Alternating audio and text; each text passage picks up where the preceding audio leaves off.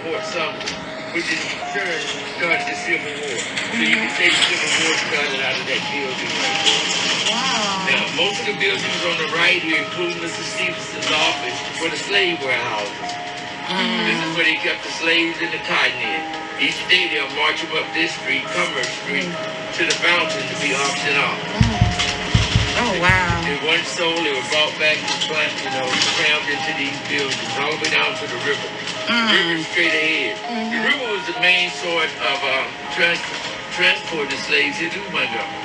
Now the slaves built that railroad later, but the river still brought more slaves into Montgomery than any other form of transportation. Where were they coming from? All over. They'll bring them down the Carolinas. They were from the Virgin Islands, from Africa, coming into Mobile. And what's the name of that river? Alabama River. Now the building on the left corner here with the three flags, that was the Confederate prison and infirmary. Wow. It's now attached to the Montgomery Biscuits baseball field. With the three flags? Right here. To the left. Okay. The train station. Now the last building on the right up there, the white building trimmed in black, that's the old museum. We went from there to here on October the 1st. Okay. Yeah, because I came here to that one a couple years ago. Yeah, that's it. And then this museum itself, where it sits, was a warehouse where slaves were locked in 24/7 to pick the seeds out of cotton. Like these bricks here. Right. Those bricks were made by slaves in the 1860s for a theater here. When they tore the theater down, Mr. Stevenson got the bricks and did that dedication to that.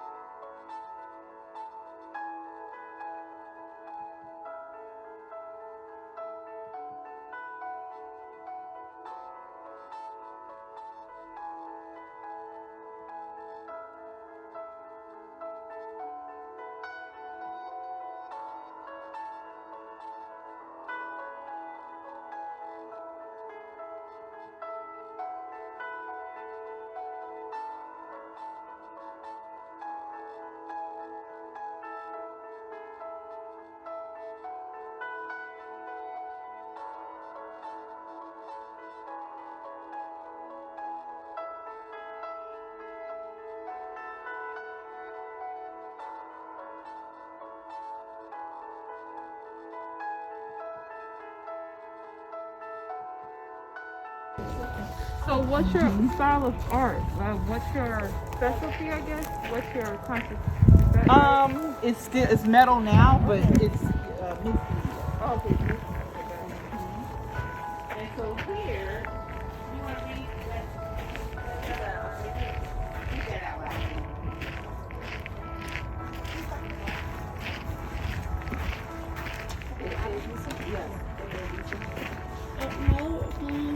surprising that the case in question involved 4 female plaintiffs of Montgomery, none of whom was Rosa Parks, and that the events it addressed took place before Parks' famous stand ignited the massive boycott. The case Browder versus Gale is one of the most significant milestones in American civil rights history, but it has largely been left out of civil rights instruction. The 65th anniversary of Browder v. Gale offers an opportunity to get to know this critical case unheralded women behind it and its wider relationships to the boycott and crusade for racial equality. Very good. Thank you. That represents the age. So, and ours was 17 years old at the time, and that hole is the vessel. I'm sorry. Oh, an author. Okay. She's the one in the middle, and her emblem, her from Ghana, is Goddess Supreme, and Betsy's emblem is that of strength, and then Lucy over there on the end is friendship. They formed a friendship because they had to at times hold each other down because a lot of the doctors decided after these experiments they didn't want to do this with him, J. Mary Sims, anymore. And there was a thought that he had fathered one of the girls because one of the enslaved girls was mulatto. So basically I wanted Anarcha to be that, like she's looking towards heaven, you know, like looking for God's help for strength in some respect. And so the hole, which is the fistula, was actually formed during prolonged childbirth. So after 3 days of childbirth, a hole was formed in her bladder. So you know how when you gotta go pee, you can hold your, you're like, oh, I gotta do the pee-pee dance. They couldn't hold it. It's a tear in the rectum too, so, or a hole in the rectum where it was a constant flow of fecal matter and urine. So they didn't smell good, they didn't feel good, but they weren't fit for duty. So we have plantations even here in the South, Montgomery in particular, where they were breeding these children. It was outlawed. The transatlantic slave trade was outlawed in 1808. So we're not going back to Africa to get these folks. So what are we doing? They were forcing them to make babies. Absolutely. And the trauma.